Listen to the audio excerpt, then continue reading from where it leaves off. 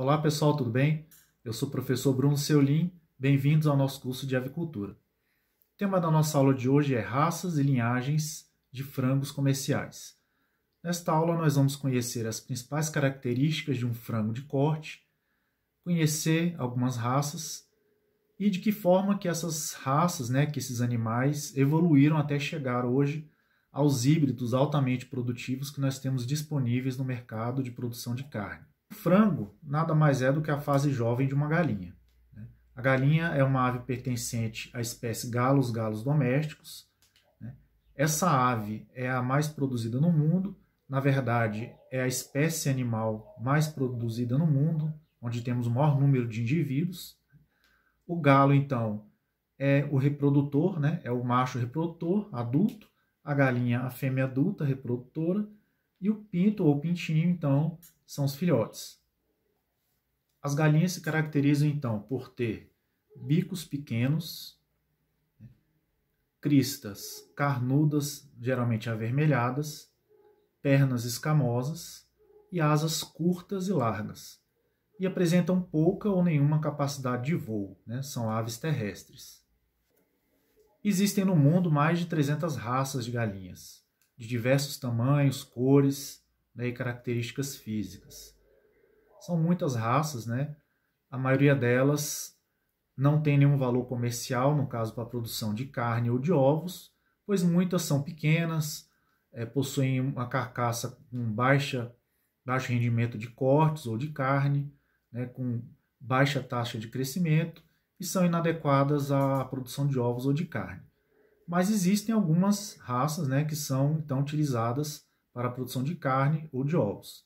Aquelas raças mais pesadas, elas são direcionadas para a produção de carne, e aquelas raças mais leves, com boa produção de ovos, são destinadas à postura, à produção de ovos. E algumas são consideradas de dupla aptidão, pois rendem bem na produção de carne, tem um excelente ganho de peso e conversão alimentar, mas também tem uma boa produção de ovos anual. Dentre as raças produtoras de carne, as mais expressivas são a Cornish, como uma raça bastante utilizada nos cruzamentos, a Plymouth, outra raça também bastante utilizada, New Hampshire, e também nós temos a Light Sussex. Então essas 4 raças estão entre as mais utilizadas nos cruzamentos, não consideradas as raças puras.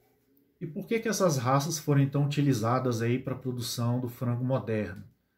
Porque elas possuem algumas características bastante desejáveis aí para a produção de carne.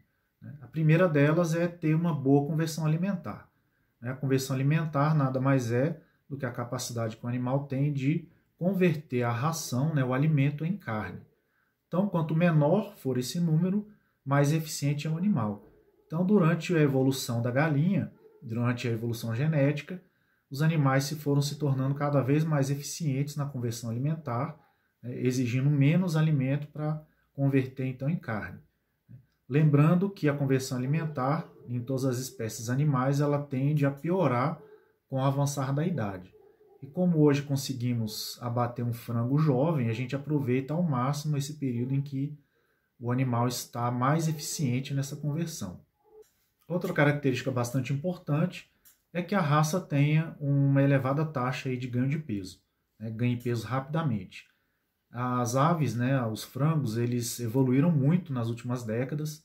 Antigamente demorava-se em torno de 6 meses para ter um animal pronto, para o abate, para o consumo. E hoje, aos 42 ou 45 dias, nós temos já um animal acima de 2 kg, próximo de 2,5 kg, com a carcaça com excelente rendimento. E não basta só que os animais tenham um excelente ganho de peso.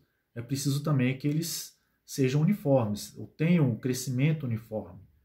Você não pode ter um plantel dentro do seu aviário, aves com crescimentos diferentes. Tem aves que estão ganhando mais peso ou menos peso, porque isso vai fazer com que ao final você tenha carcaças desuniformes, que chegue na indústria animais de peso diferente ou de composição da carcaça diferente.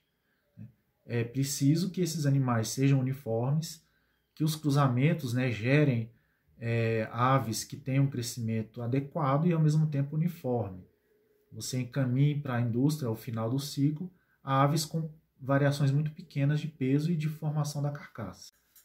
Outra característica importante é que as aves têm um empenamento precoce, né? Que o pintinho, quanto antes ele sofre esse empenamento, porque dessa forma ele vai estar mais protegido, né? A sua pele vai estar mais protegida e também ele vai estar mais preparado para suportar as variações climáticas. Então ele vai, com esse empenamento completo, ele vai ter então uma facilidade, né, de termorregular o seu organismo. E não adianta ter um crescimento rápido, boa conversão alimentar, se não tiver um rendimento bom, né, adequado da carcaça. Não adianta o animal ter uma carcaça grande e pesada, mas ter muito pescoço, muita pata, né? É desejável que o animal tenha uma carcaça com maior quantidade de rendimento de cortes nobres. Então, o que seria uma carcaça? Seria o animal sem as penas, sem a cabeça, sem as patas e sem os miúdos, né? Sem os órgãos internos, digestórios e reprodutivos.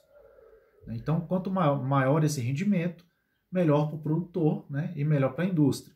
Então, hoje a gente consegue rendimentos de carcaça superiores a 80%, né, como a gente pode ver nessa tabela que compara algumas linhagens bastante utilizadas de frango, né, industrial.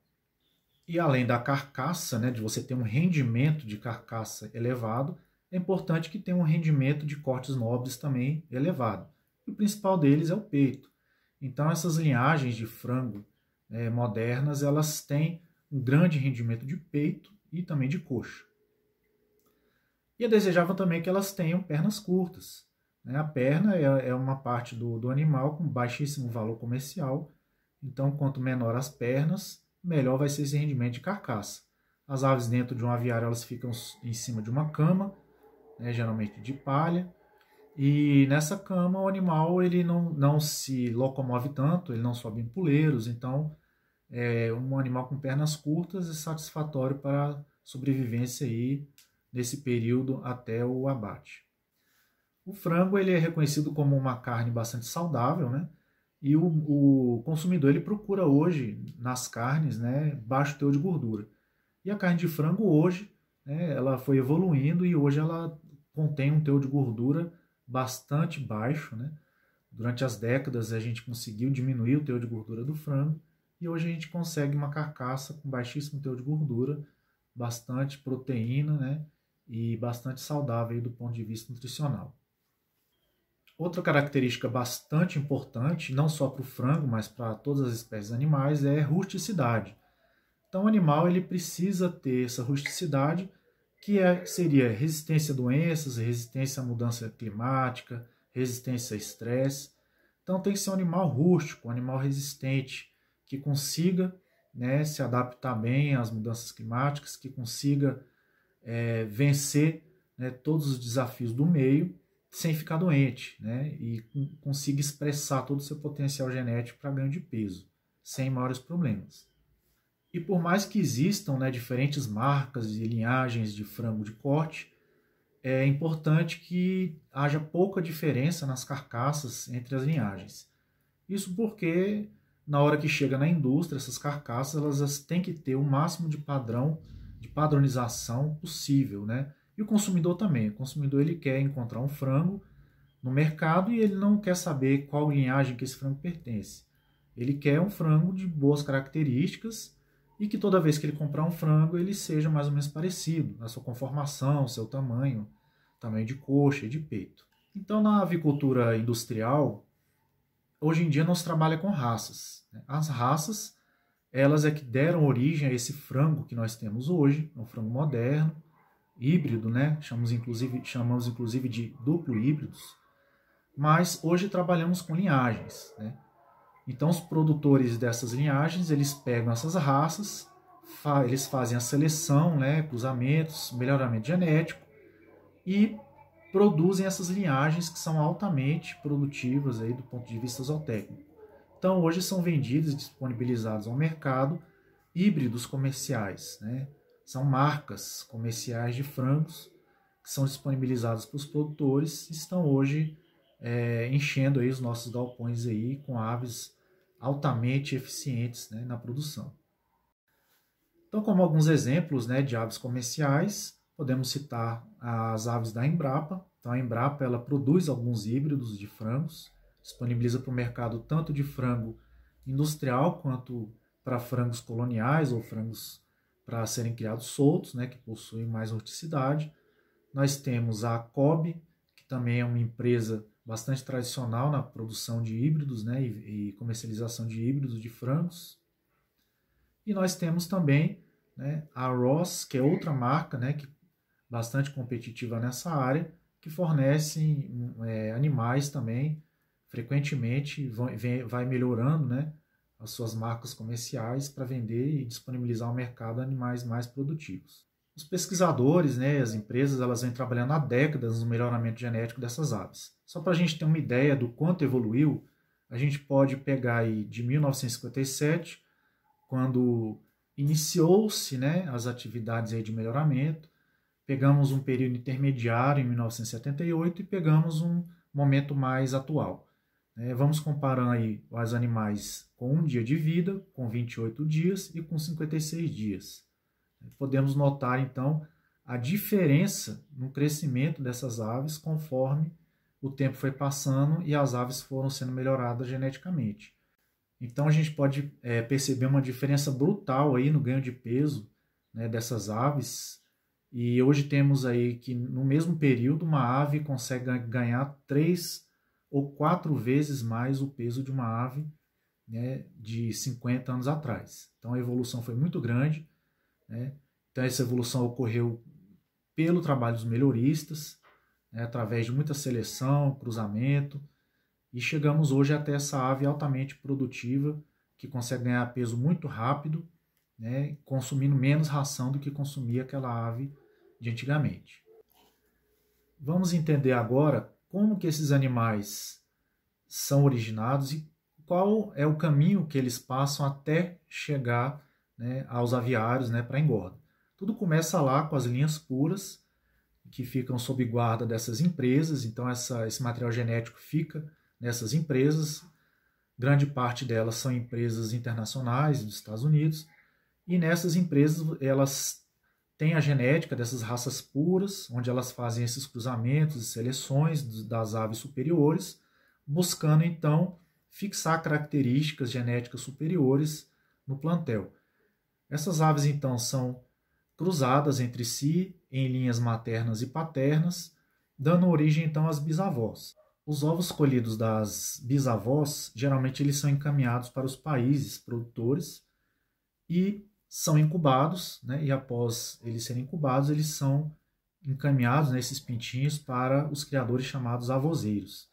Então esses criadores eles engordam, né, esses pintinhos até a fase de postura.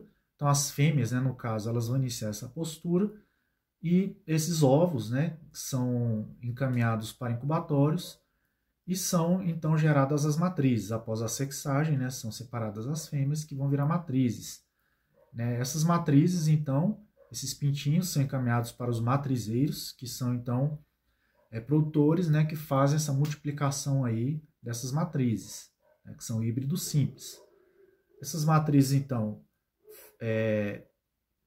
são cruzadas, né, novamente e dão origem a ovos que, após o processo de incubação, né, produzem então o animal final, né, que seria o frango de corte, que é um duplo híbrido. Então esse frango de corte gerado, esse duplo híbrido, ele é encaminhado então como pintinho de um dia para os produtores que fazem a engorda final desses animais. Por ser um duplo híbrido, esses frangos, eles, mesmo que possam, né, ter fertilidade e se cruzarem, eles não geram indivíduos superiores, eles não mantêm a genética, né, superior que eles possuem. A cada geração eles vão se degenerando, então o produtor ele acaba ficando preso então a adquirir sempre esses pintinhos dessas empresas que produzem, né, esses híbridos. Esse pintinho de um dia, né, que vai ser encaminhado para os produtores, ele deve passar por um processo de sexagem, né, antes de sair do incubatório. É necessário fazer esse processo porque há uma diferença do desempenho, do crescimento e da carcaça entre machos e fêmeas, e os lotes eles devem, né, ser divididos conforme o sexo, já que a necessidade nutricional é um pouco diferente entre machos e fêmeas. Então, para ter melhor aproveitamento da ração e uniformidade do lote, é preciso que faça-se a sexagem. Essa sexagem ela é feita manualmente. O principal método, né, aquele mais utilizado, mais simples, mais rápido, é a verificação do empenamento da asa. Há uma diferença no empenamento entre o macho e a fêmea, e uma pessoa bem treinada ela consegue fazer isso rapidamente. Em frações de segundos ela consegue verificar empenamento e fazer essa separação, né? Então, milhares de aves são separadas por dia entre machos e fêmeas. A outra forma de se verificar, então, o sexo seria a análise da cloaca. Só que é uma análise mais demorada, né? E acaba não sendo muito utilizada dentro dos incubatórios. Então, na imagem a gente pode ver, né, uma pessoa fazendo essa separação, né? Então, ela recebe esse lote de pintinhos e vai fazendo a separação aí entre machos e fêmeas. E depois esses lotes aí de machos ou de fêmeas podem ser encaminhados então aos galpões, né, que vão fazer a engorda, aos aviários, né, que vão fazer a engorda final desses animais. Na aula de hoje então a gente pôde ver um pequeno resumo sobre a evolução, né, do frango industrial, de as principais características dessas aves e de que forma que elas evoluíram, né, até chegar às linhagens, aos híbridos modernos que nós temos, altamente produtivos. E continue estudando, porque dentro dessa área nós temos sempre novidades. Existem muitas raças, né, de galinhas, muitas raças que podem ser utilizadas para engorda, tanto na questão do frango comercial de granja, de frango industrial, de alta produtividade, quanto naqueles frangos coloniais, aqueles frangos caipiras criados soltos. Então é importante que se conheça as raças, as suas características, né, a sua origem, quais se adaptam ao seu sistema de produção e que possa, né, o produtor possa escolher corretamente e o técnico também possa fazer a indicação mais correta para a realidade do produtor. Tá? Então a gente fica por aqui, bons estudos e até a próxima.